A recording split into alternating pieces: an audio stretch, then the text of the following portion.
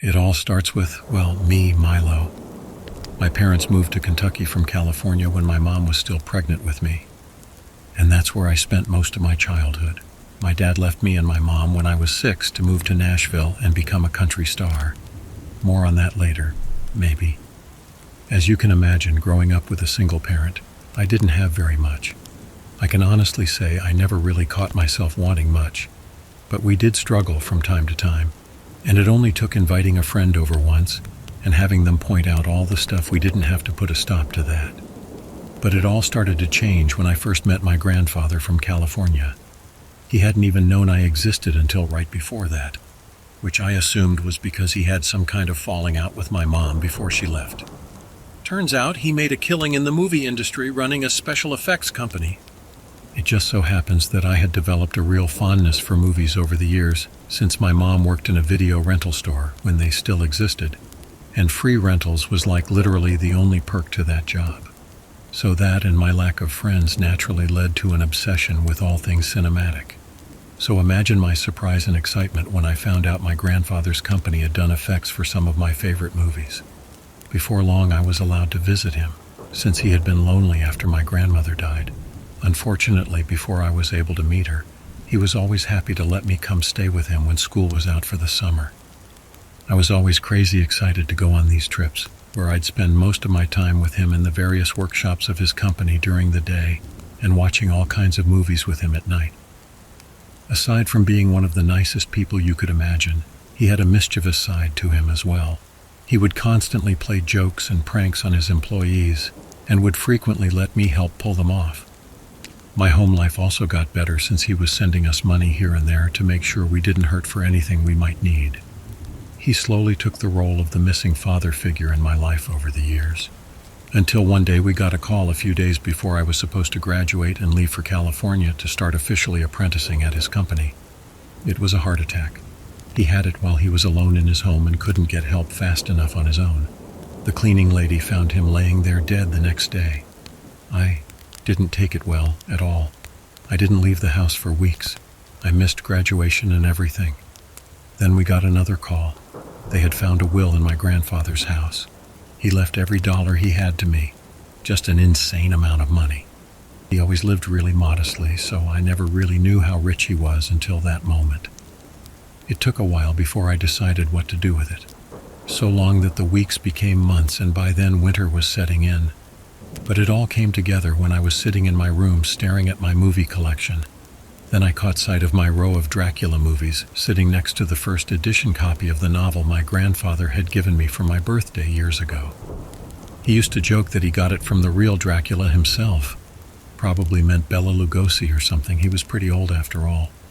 That was the moment the idea popped into my head. Long story short, I bought my mom a nice house and made sure she had enough money to never need to work again, but made sure the house was big enough for her to complain about having to clean. The only thing she hated more than the idea of someone she didn't know being set loose in her home was not having something to complain about. And then I set off for Romania. Random, I know, but you do weird shit when you're grieving. Don't judge me. The flight ended up getting delayed, and I took that time to look up the area and find a guide and translation service. Most of the ones I could find required more notice ahead of time to book, except for one. Mofucius's Romanian Guide Service. The name was kinda ominous, but they offered a full guide and linguistic service, and they were literally the only one available on such short notice. So, I made a reservation. Not too long after that, I landed at Transylvania International Airport, and this is where the story you're here for really starts. By the time I walked outside and looked out into the night under the glow of the yellow Transylvania Airport letters, it was almost midnight. It was a tiny airport, not even relative to the ones I was used to, just small.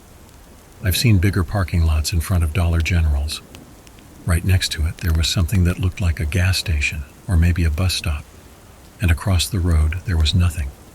Just an almost endless expanse of fields, speckled with a tree here and there, that rapidly faded into darkness at the end of the light's reach. Once I got off the plane, I got a confirmation email that told me to take a bus from the airport to a different location where the guide would pick me up. Seemed weird, especially since it didn't tell me what time the bus would arrive, or why we had to go to a different place or anything. But as the suspicions crossed my mind, I spied two men standing in front of what seemed to be a decommissioned fighter jet-made airport lawn ornament. They both turned away as soon as they saw me notice them, making them seem even shadier than they already did. "Someone call Liam Neeson. This is where I get sold to a creepy old European dude," I thought only half-jokingly to myself as the men turned to face me again and started walking my way. The hiss of the bus's brakes scared my attention in its direction. Oh, sweet diesel-powered salvation. Picking up both my bags, I climbed as fast as I could into the bus, which was empty except for the driver, who had a nervous look on his face. "Me too, buddy, me too." Hi, what's up?" I asked. The driver just pointed, directing me to take a seat on the bus. As we pulled off, I tried to look for the two men, but they seemed to have taken off. The ride lasted a good while, which after we got away from the open areas, was mostly just heading deeper and deeper into the Transylvanian woods on darker and darker back roads. The bus finally came to rest under what seemed like the only streetlight I had seen for miles, a decrepit bus stop sign hanging from the lone light pole. Once the doors creaked open, I got up, grabbed my bags, and made my way up to the front of the bus. As I did, my eyes met the driver's one last time and saw the mournful look on his face as I exited.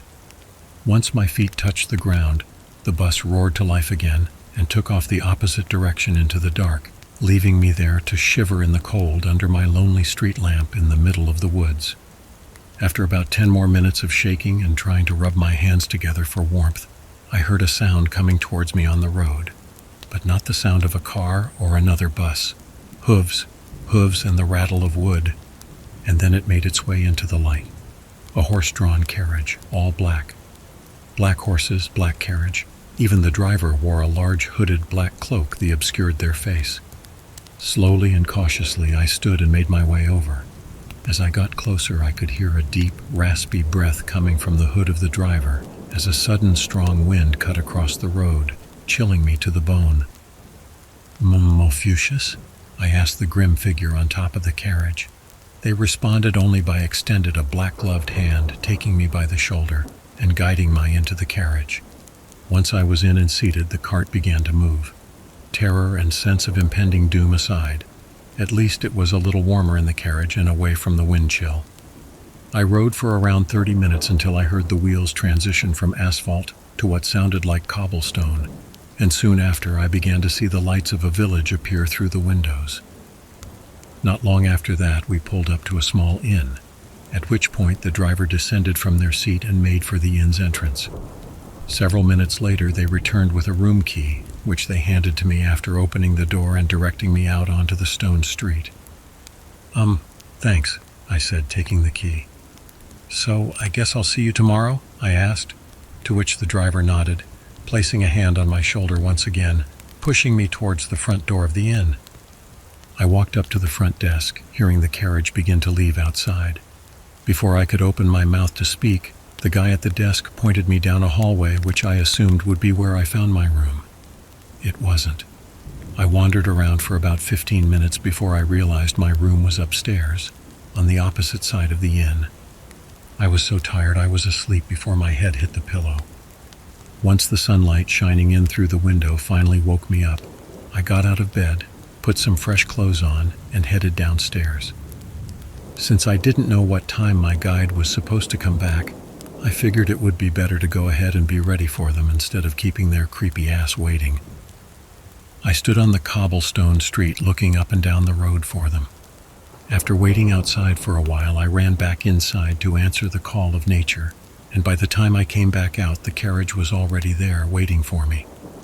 I looked up to where the driver from last night sat, but this time instead of the grim reaper-looking figure from before, I just saw a woman, a regular woman. Hello, what happened to the other driver?" I asked her. "What other driver?" she asked back, so that now I could also tell that she sounded as American as I was. "You know, the one with the death rattle breath and the black cloak and shit," I explained. "Oh, that was me," she answered plainly. "What? Then what was with the scaring me half to death junk?" I questioned up towards her from the ground. What do you... Oh, right. It was cold as balls last night and my nose was stopped up so bad I couldn't even talk. I must have been quite the sight. She chuckled.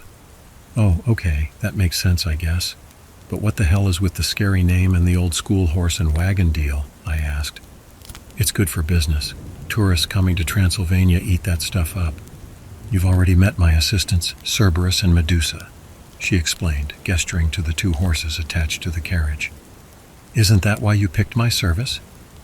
Oh, well, honestly, I didn't think to look for one until I was on the plane and you were the only one available on that short of notice. I answered kind of apologetically. Hey, now that I think of it, you took me straight to the inn to drop me off last night. How'd you know I hadn't found a place to stay yet? Well, you filled out the services needed rendering section on the website and said you needed accommodations, she replied. I did? Jesus, I must have been tired. I don't even remember that. Oh well. Anyway, I'm Milo, I said. Michelle Woody, she said back. So, Mr. Milo, where are we going? Oh, I hadn't actually thought ahead that far, I admitted, pausing as I climbed into the carriage. Any suggestions? How about a pub? She suggested. I'm 19, I said, and it's like 10 in the morning. We're in Romania. The drinking age is 18 here, and it's 3 in the afternoon, she said. Oh shit, you're right, I mumbled, checking the time on my phone. Okay, pub it is, let's get hammered, I said, stepping the rest of the way into the carriage.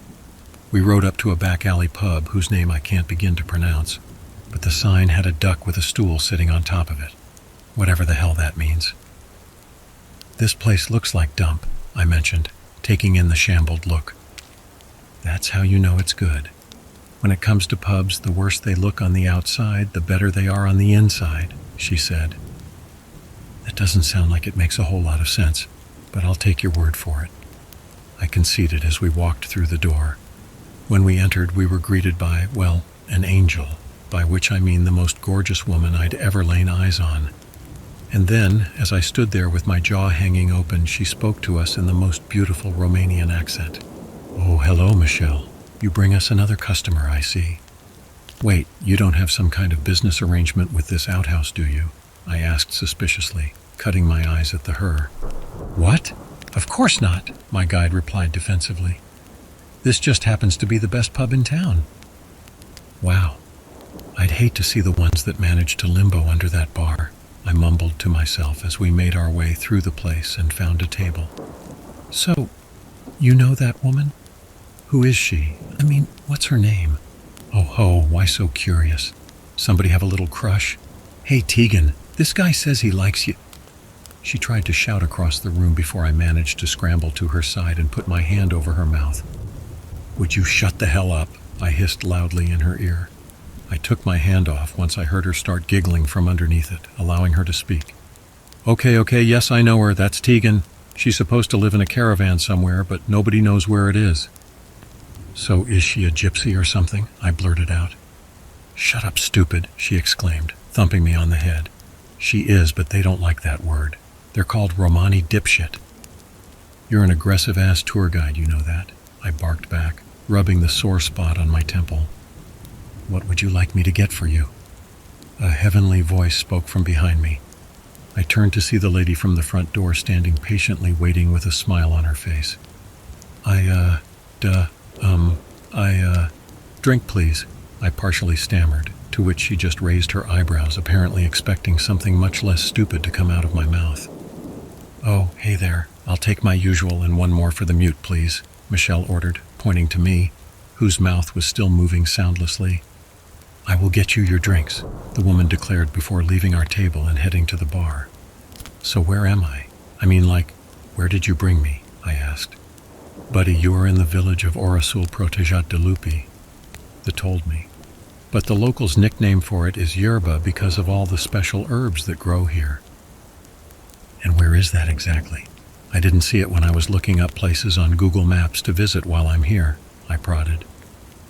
Yes, well, you wouldn't find it there. I've tried to figure out why, but haven't found anything concrete. Though the general consensus seems to be the Romanian government struck a deal with Google to keep it hidden away. That way it helps preserve a small piece of Romania as it was. a little hidden gem for the occasional traveler to stumble across and experience. She explained. I have heard of Google taking things off of maps before for all kind of reasons, so maybe it's not completely impossible, I reasoned. Glad I picked your company. The woman returned a few minutes later with a couple of glasses which she sat on the table. Not that I was expecting her to sit them on the floor or our heads or something. So I'm not entirely sure why I mentioned that she put them on the whatever. Anyway, she brought us our drinks. I was kind of surprised because I was expecting some kind of ale with the foam and all warm and junk. But his was a colorful, fruity-looking drink with ice cubes in it. And despite the cross looks it got me from some of the more gruff and haggard men in the pub, it tasted pretty good. By the time I was almost finished with my first one, she was 3 in and on her 4th. So you're just going to get drunk on the clock? I asked. That's for why, because I got the horses, she slurred out. They're really good horses. I can get hackin' fummered and they'll take care of everything. I take it back, you're a horrible tour guide. You're a horrible tour guide, she replied, poking me in the chest and almost falling out of her chair. While she was attempting to resituate herself after leaning out of her seat to poke me, I tipped my glass up to take the last sip from it. As the ice cube slid down and hit my lips, I found myself face to face with a spider, frozen in one of the cubes, in the glass I had been drinking from the whole time. I choked and spewed the reminding liquid in my mouth all over the table as I tumbled backwards onto the floor. As I was getting back to my feet, I saw and heard my waitress, Teegan, rolling and cackling uncontrollably on the floor. When I reached down and picked up the fake ice cube off the table to examine it, Michelle took a break from her own laughter to speak. I swear they never suspect her to have a mischievous side, she said as she chuckled into her drink. She got your ass good. I walked around the table and dropped the fake cube onto the waitress's chest and spoke in my best Daffy Duck impression. Of course you realize that this meant war. And with that I walked out the front door, contemplating my sweet revenge as I made my way to the carriage, where I sat for about 30 seconds before I realized I had to pay for my drink and retrieve my plastered tour guide. I walked back out of the pub after brushing of the second wave of laughter my walk of shame caused me, and situated Michelle into the back of the carriage before hoisting myself into the driver's seat. How do you work this thing? I called down to her, to which she just whistled, causing the horses to spring to life and trot down the cobblestone road. A few minutes later, the horses stopped on the outside of my inn to let me off and for Michelle to take my place in the driver's seat. So, what was her name again? I asked as she climbed her way up to her perch. Teegan. Her name's Teegan. And don't worry, I had a thing for her too when I first came here. Too bad she doesn't swing that way, she answered down to me. Oh, so you're, I started. Pansexual, she finished for me. Oh, so you're into... If you make a crack about me getting turned on by cookware, I swear to God I'll run you over, she interrupted me. Fair enough, I said, and made my way to the inn door and up to my room. That night I forgot all about sightseeing in Romania. Instead, I spent all night thinking about how I was going to get that Teegan girl back. Once I came up with an idea, I called Michelle and got her to tell me what time the girl got off work, which was surprisingly easy, and when I asked why, she said, "Oh, I'm not worried. You couldn't hurt that chick if you wanted to." That evening, I was waiting outside the pub near the back entrance with the scariest mask I was able to find at a local party store. Once I saw her walk through the back door, I put the mask on and hid around the corner. "Raggle fraggle," I screamed as I jumped out in front of her. Oh my God, why would you do this?" she shouted at me as she stiffened up like a board. "Because I hate spiders," I proclaimed, yanking off the mask before tossing it into her hands and bouncing my way out of the alley, laughing the whole way. Ugh, I heard her groan from behind me as I left, inflating my sense of accomplishment as the mask she had just thrown passed by my head. The next morning I decided I'd go back to the pub and sit at one of her tables, just to really rub it in. "To the pub. I have business there," I instructed Michelle when she asked me what I wanted to do that day. "Okay, I'm not sure what that's supposed to mean, but at least you don't seem so glum anymore," she said, taking her place in the driver's seat of the carriage. "Hello, The Teegan girl's eyes narrowed at me as she stopped mid-sentence. "This is your table, right?" I asked, sitting down at the same one as before. We got the same drink as before, but I could tell she didn't have the same energetic charm as last time when she took our order and brought them to us. It took a few minutes of this before Michelle spoke up and asked, "Something going on here I don't know about?" Teegan seems to be a little bent out of shape about something. "Why would you say that?" I asked her in response. "Well, because that," she said, pointing in the direction of the bar where Teegan stood behind it, the fingertips of her tented hands resting just under her nose, glaring at me through narrowed eyes. "Jesus," I whispered to myself. Then I explained what I did with the mask the night before. "Oh God, I thought you were going to ask her out or something." She laughed. "You done fucked up, kid. It's been nice knowing you," she added, patting me on the shoulder. "What is that supposed to mean?" I asked, glancing back over towards the bar where Teegan was still glaring at me like a snake eyeing a mouse. "You'll probably find out before long, you poor bastard," she giggled, and that's the last she spoke of it. I barely got any sleep that night for wondering what kind of horrible things this Teegan might try to do to me. Maybe she knew some local street toughs and was planning to have them rough me up or something. All the thoughts of terrible possibilities put my paranoia on edge, so I made sure to keep my door locked and my windows latched tight. The next morning I made sure to look out the window to see if anyone might be waiting for me to leave the inn, but the coast looked clear, so I opened the door to hurry downstairs and get to the carriage as fast as possible. But when I tried to walk through the door, I felt something solid and sticky on my face. My feet flew out from under me as my top stopped, but my bottom kept moving. And before I knew what happened, I was laying on the ground with a face full of clear packing tape and not a single molecule of oxygen left in my lungs. The following prank war that spanned the next several days consisted of everything from stink bombs to firecracker booby traps to her somehow getting a mousetrap into my shoe in my room before I put it on, and me even managing to superglue her hand to one of the serving trays at the pub. "Hardware store," I barked at Michelle as I stomped towards the carriage, still trying to wipe the remnants of her most recent prank off my face. I was about to use everything my granddad taught me about special effects. For evil. I bought all kinds of tools and materials, something I'm sure he would have been perfectly fine with knowing him. Hours later it was dark, and had you been in Romania on that particular evening, you would have found me crouched behind some trash cans near the back door to the pub where Teegan worked. Before long I saw the door open and Teegan's head poke out through the small crack and cautiously check to see if the coast was clear. "Clever girl," I whispered to myself, my hand tightening around the actuator I was holding, its cord leading across the pavement to a contraption hidden under a large black hefty bag. But not clever enough. Once the door was all the way open, I hit the switch which caused the compressed air container to purge all its contents at once, basting the 20 lbs of old raw fish and floor sweepings I had collected from local shops during the day straight at her. Admittedly much harder than I thought it would. It knocked her clear off her feet.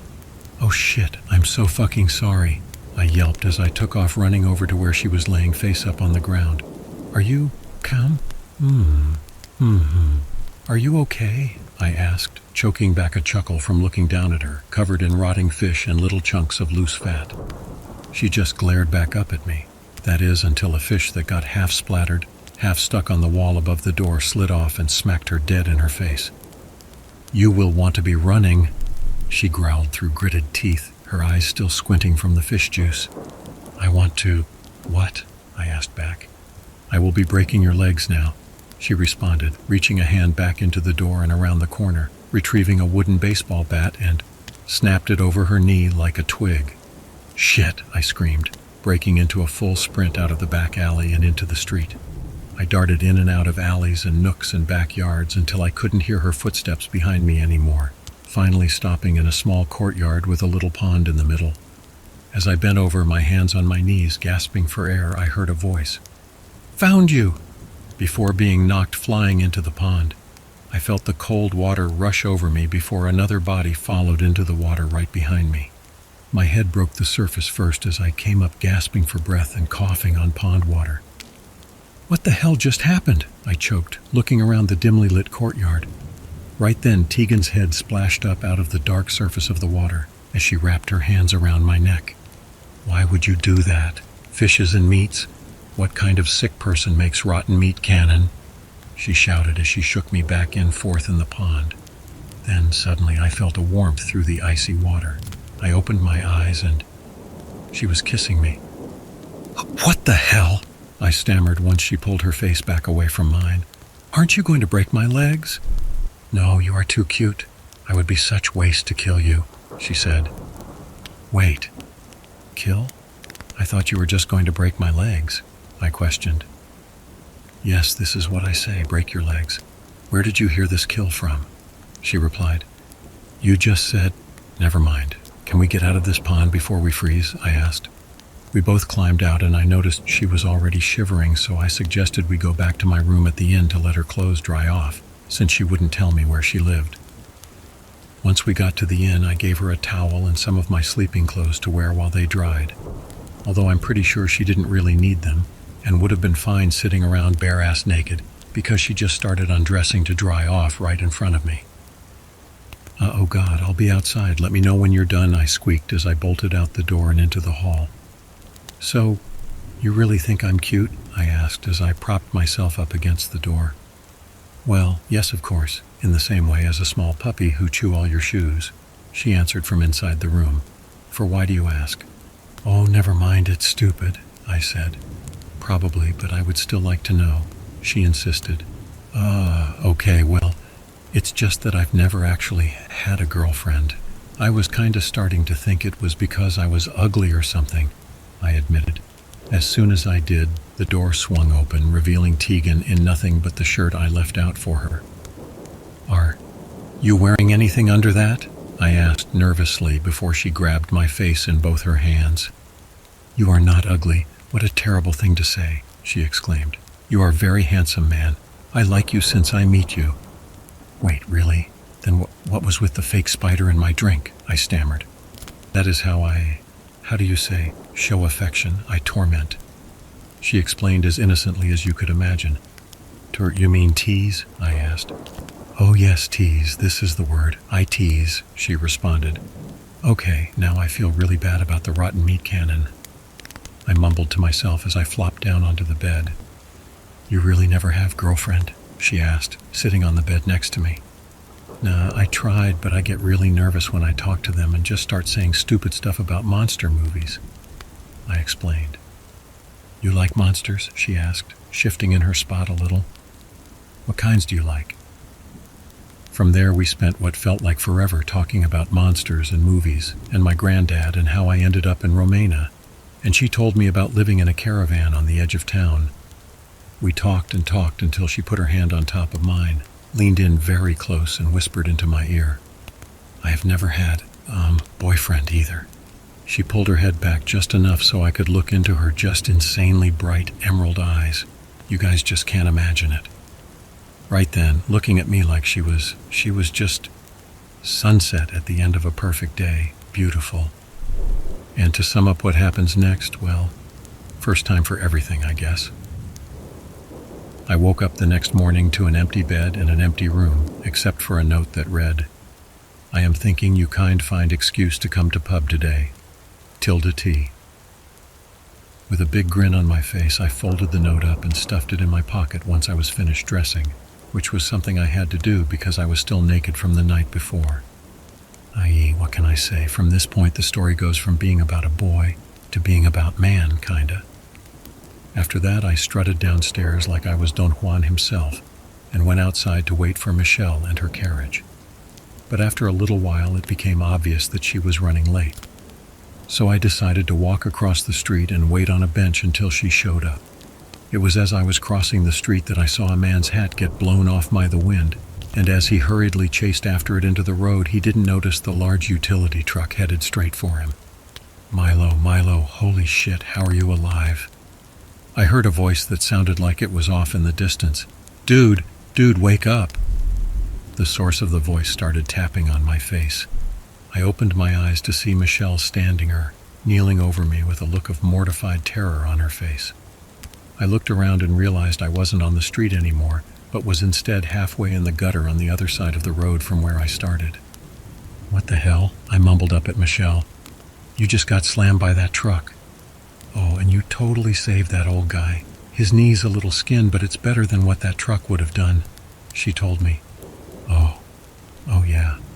I guess I moved before I had time to think," I said, trying to collect my thoughts.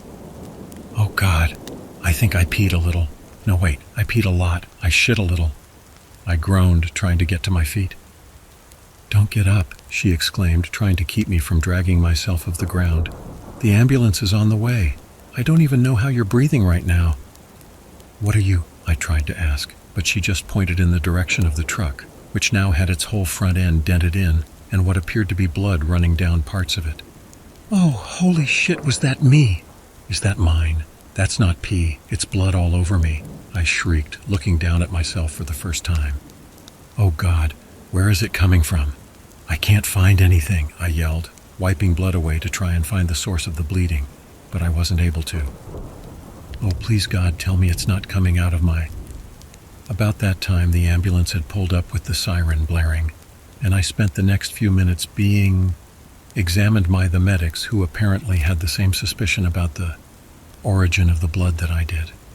And after an embarrassing few more minutes of them verifying that I was okay, they said something to me in Romanian, which I choose to believe was, "Congratulations, you aren't bleeding out your butthole."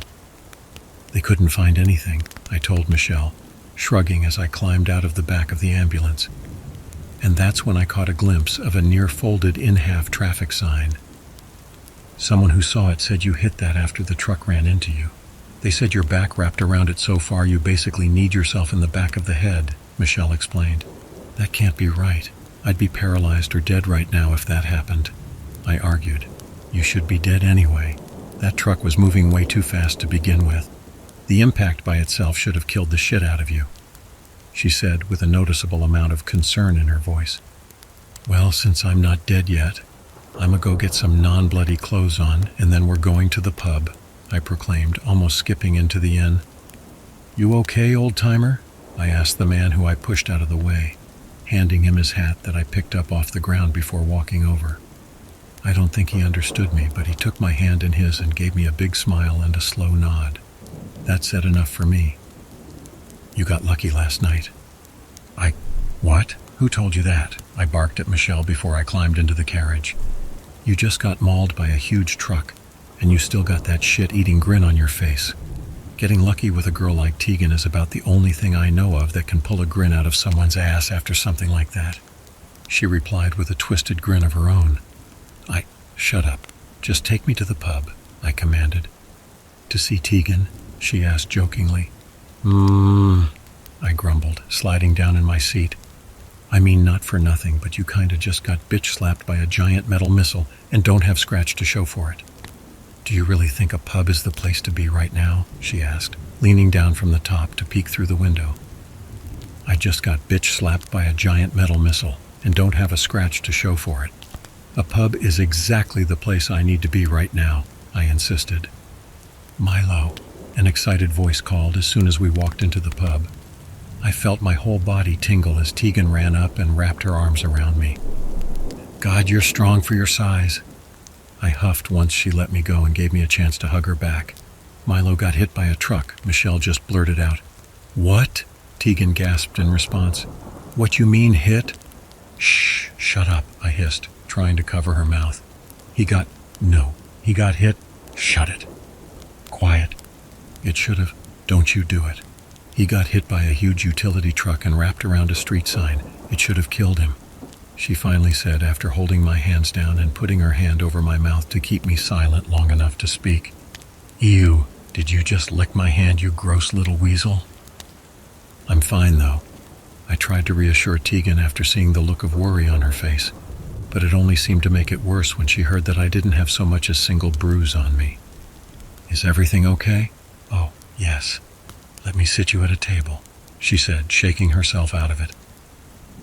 A few minutes later, Teegan was walking up to our table with our drinks, but this time she also brought a plate with food on it, which she sat in front of me. "Oh, I didn't, or... No, I know this," she interrupted me. "You have been through very much today. You need to eat something, she insisted, pushing the plate closer to me.